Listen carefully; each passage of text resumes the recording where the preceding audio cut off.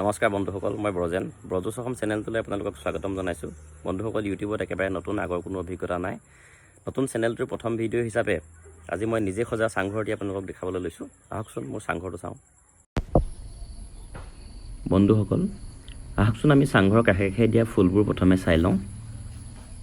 এনেদৰে কাষে কাষে মই ফুলবোৰ দিছোঁ। যিবোৰ ৰঙৰ টেমা আছে, মই পেলনীয়া ৰঙৰ টেমাবিলাক ৰং কৰি এনেকৈ ফুল দিছোঁ। আৰু সেই টেমাবোৰত মই ৰং কৰি এনেকৈ ইমজিবোৰ আঁকিব চেষ্টা কৰিছোঁ। ইমজিবোৰ কেনেকুৱা হৈছে আপোনালোকে কমেণ্ট কৰি জনাবচোন। এয়া মোৰ কাষৰ ভিউ, ফ্ৰণ্টৰ ভিউ, এইটো কাষৰ ভিউ।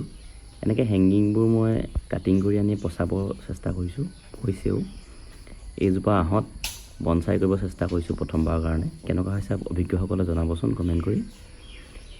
এয়া কাগজ ফুলৰ কাটিং দিছোঁ। ফুলিলে খুব ধুনীয়া হয় চাবলৈ। এটা ওলাইছে। এয়া ইমজি, কেনেকুৱা হৈছে আপোনালোকে জনাবচোন। বাকী এইবোৰ নতুনকৈ দিয়া মোৰ প্ৰায়বোৰ পাতবাহাৰ ফুলেই আছে। এয়া স্নেক প্লেণ্ট দিছোঁ। এয়া জবা ফুলৰ কাটিং হয়, নতুনকৈ দিছোঁ, ওলাইছে। জবা ফুলবোৰ খুব সুন্দৰ হয় আচলতে, ফুলিলে খুব ভাল লাগে দেখিবলৈ। এয়া মোৰ ফ্ৰণ্টৰ ওপৰৰ ফালৰ পৰা চালে এনেকুৱা হয়।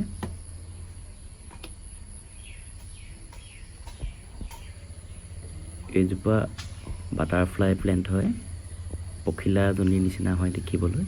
ইয়াত মই মজ ৰ'জ দিছোঁ। বন্ধুসকল, আহকচোন চাংঘৰৰ ভিতৰখন চাওঁ এবাৰ।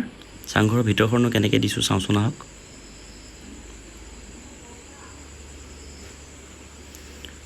এয়া মানি প্লেণ্ট এনেকৈ হেংগিঙত দিছোঁ।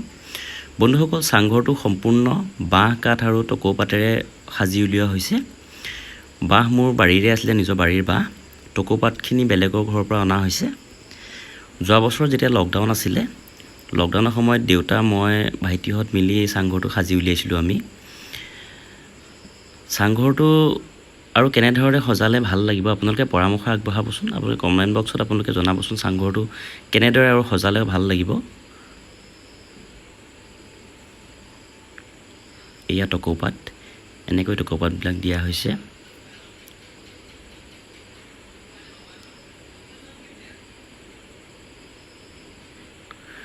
বন্ধুসকল, এনেদৰে মোৰ চাংঘৰটো সাজি উলিয়ালোঁ। চাংঘৰটোৰ বিষয়ে আপোনালোকে কমেণ্ট কৰি জনাবচোন কেনেকুৱা হৈছে আৰু কেনেকুৱা কৰিলে ভাল হ'ব। আপোনালোকে পৰামৰ্শবিলাক আগবঢ়াবচোন বন্ধুসকল, আজি মোৰ চাংঘৰ আৰু ফুলবোৰ কেনেকৈ লগাইছোঁ আপোনালোকক দেখালোঁ। আপোনালোকে যদি ভিডিঅ'টো চাই ভাল পালে আপোনালোকে লাইক, কমেণ্ট আৰু শ্বেয়াৰ কৰি দিব। আৰু প্লিজ মোৰ চেনেলটো ছাবস্ক্ৰাইব কৰি দিব। ধন্যবাদ বন্ধুসকল।